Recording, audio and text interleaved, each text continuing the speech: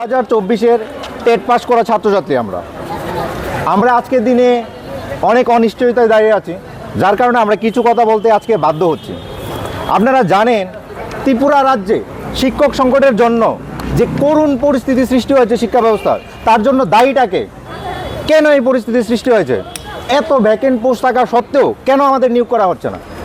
এই রাজ্যের বিভিন্ন প্রান্তের স্কুলগুলি থেকে ছাত্রছাত্রীরা রাস্তায় নামছে, স্কুল বন্ধ করছে, তারপরেও কেন আমাদের নিয়োগ করা হচ্ছে না? সেটা কি আমাদের ত্রিপুরা রাজ্যের জন্য কলঙ্ক নয়? বলুন আপনারা, সেটা কি আমাদের ত্রিপুরা রাজ্যের জন্য কলঙ্ক নয়? সেই কলঙ্ক আমাদের ত্রিপুরা রাজ্যের ইতিহাসে স্বর্ণাক্ষরে লেখা থাকবে। যদি আমি ভুল না করে থাকি, এই বছরের 22 অক্টোবর এই রাজ্যের স্বনামধন্য একটি স্কুল থেকে ছাত্রছাত্রীরা আন্দোলন করেছিল, রাস্তা অবরোধ করেছিল, আর তাদেরকে মেরে আহত করে হসপিটালে ভর্তি করেছিল আমাদের পুলিশ প্রশাসন। সেটা কি আমাদের ত্রিপুরা রাজ্যের জন্য কলঙ্ক নয়? সেই কলঙ্ক আমাদের ত্রিপুরা রাজ্যের ইতিহাসে স্বর্ণাক্ষরে লেখা থাকবে। সেই কলঙ্ক আমাদের রাজ্যের ইতিহাস থেকে কখনো মুছে যাবে না। সেই কলঙ্ক চিরস্থায়ী হয়ে থাকবে। তারপরেও আমাদের কেন নিয়োগ করা হচ্ছে না? এই রাজ্যের সমস্ত টেট পাস করা ছাত্রছাত্রীদের পক্ষ হয়ে আমি সরকারের কাছে আবেদন জানাচ্ছি। এই রাজ্যে সমস্ত স্কুল পড়ুয়া ছাত্রছাত্রীদের পক্ষ থেকে আমি সরকারের কাছে আবেদন জানাচ্ছি। এই রাজ্যের সমস্ত গার্জেনের পক্ষ থেকে আমি সরকারের কাছে আবেদন জানাচ্ছি, আমাদেরকে যেন অতি দ্রুত নিয়োগ করা হয় এবং সেই নিয়োগের মাধ্যমে বিদ্যালয়ে পঠন পাঠনের যে ব্যাঘাত সৃষ্টি করা হয়েছে সেটা যেন খুব তাড়াতাড়ি দূরীকরণ করা হয়। সবাইকে যেন একসঙ্গে নিয়োগ করা হয়। আপনারা যারা শিক্ষা ব্যবস্থার সঙ্গে জড়িত আছেন, আপনারা হয়তো একটা জিনিস অনুধাবন করতে পারেন। যখন আমাদের শিক্ষা ব্যবস্থার দায়িত্ব আমাদের সবার প্রিয় রতনলাল নাথ স্যারের হাতে ছিল, তখন তিনি পিছিয়ে পড়া ছাত্রছাত্রীদেরকে এগিয়ে নিয়ে যাওয়ার জন্য কিছু প্রকল্প চালু করেছিলেন। তাদের মধ্যে সাধনা, প্রেরণা, ওয়ার্কবুক সেই প্রকল্পগুলি ছিল। বর্তমানে সাধনা, প্রেরণা সেই প্রকল্পগুলি কোনো স্কুলে চালু আছে বলে আমার মনে হয় না। আমি আমাদের এডুকেশন মিনিস্টার তথা আমাদের সিএম স্যারকে অনুরোধ করব যেন আমাদেরকে সকলকে একসঙ্গে নিয়োগ করা হয় এবং সেই প্রকল্পগুলি আবার চালু করা হয়, যাতে পিছিয়ে পড়া ছাত্রছাত্রীদেরকে এগিয়ে নিয়ে যাওয়া যায়। আর আমরা আজকে কথা দিলাম সবাই, সেই প্রকল্পগুলিকে আমরা বাস্তবের রূপ দেব এবং বাস্তবে পরিণত করব। ভবিষ্যতে ত্রিপুরা রাজ্যের শিক্ষা ব্যবস্থার যে উন্নতর স্তরে পৌঁছাবে, তার পেছনে আমাদের এই শিক্ষকের অবদান অনেক থাকবে, সেটা আমরা আজকে দাঁড়িয়ে কথা দিলাম। আমাদের মধ্য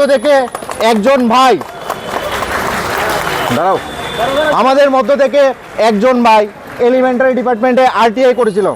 তার ভিত্তিতে আমরা জানতে পারি জিটি টিচারের সংখ্যা, মানে গ্রাজুয়েট টিচারের সংখ্যা 2703টি, আর আমরা মেধা তালিকায় উত্তীর্ণ হয়েছি মাত্র 1488 জন। ভ্যাকেন্ট পোস্টের মাত্র 55%। তারপরেও কেন আমাদের নিয়োগ নেই?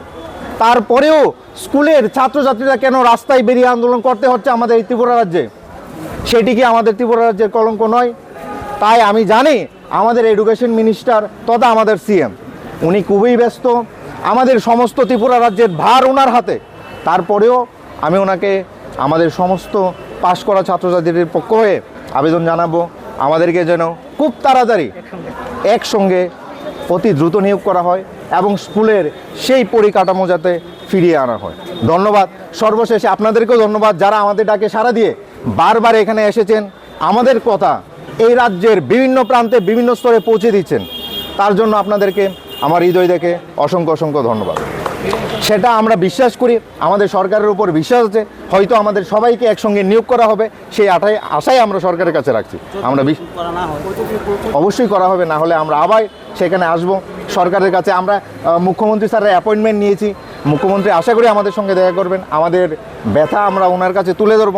সেটা শুধু আমাদের স্বার্থ নয়, এই ত্রিপুরা রাজ্যের সমস্ত স্কুল পড়ুয়া ছাত্রছাত্রীদের স্বার্থ এখানে আছে, এই ত্রিপুরা রাজ্যের সমস্ত গার্জেনের স্বার্থ আছে। আর এটার পিছনে শুধু আমাদের ত্রিপুরা রাজ্যের শিক্ষা ব্যবস্থার উন্নতি নয়, এই শিক্ষা ব্যবস্থার উন্নতি শুধু এখানে নেই, এই ত্রিপুরা রাজ্যের সামগ্রিক উন্নতি এটার পিছনে লুকিয়ে আছে। আজকের কর্মসূচি কি করবেন? আমরা এখানে এসেছি, আমরা এলিমেন্টারি ডিপার্টমেন্টের স্যারের সঙ্গে কথা বলবো দেখি উনি আমাদেরকে কি উত্তর দেয়। আমরা আগেও এসেছিলাম, কোনো সদুত্তর সেরকমভাবে পাইনি। আজকে আমরা আবার কথা বলবো, দেখি আমরা কি উত্তর পাই সেখান থেকে। নমস্কার, আমরা আজকে এখানে সমস্ত টেট কোয়ালিফাইড, টেট 1 এবং টেট 2 কোয়ালিফাইড ক্যান্ডিডেটরা এখানে একত্রিত হয়েছি। আমরা জানি যে একটা রাজ্যের মানদণ্ডটা দাঁড়িয়ে থাকে ওই রাজ্যের শিক্ষা ব্যবস্থার উপরে। এখন বর্তমানে দেখা যাচ্ছে ত্রিপুরা রাজ্যের প্রায় 500+ স্কুলের মধ্যে একজন বা দুজন শিক্ষক করে তারা ক্লাস 1 থেকে ক্লাস 8 পর্যন্ত শিক্ষা ব্যবস্থা চালাচ্ছে।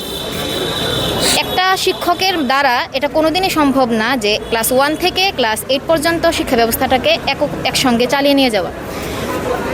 আমার সঙ্গের ভাই বোনেরা তো বললই, আমার বেশি কিছু বক্তব্য না, আমার এতটুকু বক্তব্য বা সিএম স্যার বলুন, মানে আমাদের শিক্ষামন্ত্রী স্যারের কাছে আমাদের বিনম্র প্রার্থনা এটাই, যেন যে জায়গাতে 2703টি খালি পোস্ট বা শূন্য পদের সংখ্যা রয়েছে টেট 2-তে আর টেট 1-এ 1662টি, সেইখানে যেন আমাদের টেট 1 টেট 2 মিলিয়ে 2000-এও না পরীক্ষার্থী যারা আমরা কোয়ালিফাইড ক্যান্ডিডেট আমাদের সংখ্যা।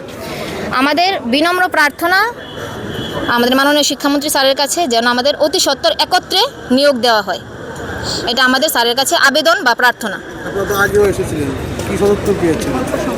আমরা উত্তর পেয়েছিলাম এটাই যে কিছু সংখ্যক জানুয়ারি কিংবা ফেব্রুয়ারি মাসে নিয়োগ করা হবে।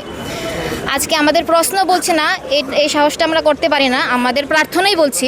আমাদের প্রার্থনা স্যারের কাছে এটাই যে যেখানে এত ভ্যাকেন্ট পোস্ট আছে এখানে কেন কিছু সংখ্যক, কেন সকলে একত্রিতভাবে নয়। আর তাই আমাদের প্রার্থনা এটা স্যারের কাছে যেন দয়া করে আমাদেরকে একত্রে নিয়োগ করা হয়। নমস্কার। একটাই কারণ হলো আমরা অনেকজন টেট পাস করে বসে আছি, অথচ স্কুলে শিক্ষক শিক্ষিকা নেই, কিন্তু আমাদের নিয়োগ করা হচ্ছে না। আমরা চাই আমাদের সকলকে একত্রে যাতে খুব শীঘ্রই নিয়োগ করে, কারণ আমরা প্রত্যেকেই বেকার। আমরা এখন একটাই আশাবাদী সরকার মাননীয় শিক্ষামন্ত্রীর কাছে, যাতে উনি আমাদের নিয়োগের ব্যাপারটা নিয়ে একটু ভরসা দেন, আমাদের কিছু আশ্বাস দেন। আমরা আজকে এলিমেন্টারি ডিপার্টমেন্টের ডাইরেক্টর স্যারের সাথে দেখা করার জন্য এসেছি। ওনার সাথে দেখা হয়েছে আমরা 4 জন প্রতিনিধি গিয়েছিলাম ভিতরে। তো স্যারের সাথে যা কথোপকথন হলো আমাদের 23 তারিখের যে কথোপকথন ছিল আর আজকের 29 তারিখে যে কথোপকথন থেকে বেরিয়ে আসলো টোটালি ডিফারেন্ট কথা। সেদিন বলা হয়েছিল যে আমাদেরকে কিছু সংখ্যক নিয়োগ করা হবে, আজ বলা হচ্ছে যে টিআরবিটি থেকে আমরা যারা পাস করেছি 1856 জন, সেই লিস্টই ওনারা পায়নি। তার জন্য আজকে ওই দিন 23 তারিখের যে আউটকাম এসেছিল স্যারের মুখ থেকে, তারপর থেকে তো আমরা সবার পার্সোনালি একটা ডিপ্রেশনের মধ্যেই আছি, নিরাশাজনক একটা উত্তর পেয়েছি। তো আজকের যে প্রতি উত্তর পেলাম সেটা তার থেকে বড় নিরাশাজনক, তার থেকে বড় হতাশাজনক। এই কারণে আমরা এখন নিরাশা হয়ে চিন্তাধারা করছি যে এই প্রসেসটুকে দ্রুত করার জন্য এবং সকলের স্বার্থে, যাতে যারা ওভারেজ রয়েছে আর কিছুদিন বাদে ওভারেজ হয়ে যাবেন তাদের সকলের কথা মাথায় চিন্তা করে একসাথে যাতে নিয়োগ হয়, সেই প্রক্রিয়াটাকে দ্রুত করার জন্য আমরা মাননীয় শিক্ষামন্ত্রী প্রফেসর ডক্টর মানিক সাহেব বাসভবনের সামনে আমরা যাচ্ছি, মিলিত হচ্ছি, বা দেখা যাক উনি আমাদেরকে সেই সময়টুকু দেবেন কিনা। আমরা 3বার অ্যাপয়েন্টমেন্টের জন্য জমা দিয়েছি, তো অ্যাপয়েন্টমেন্টের এখনও কোনো সদুত্তর আমরা পাইনি।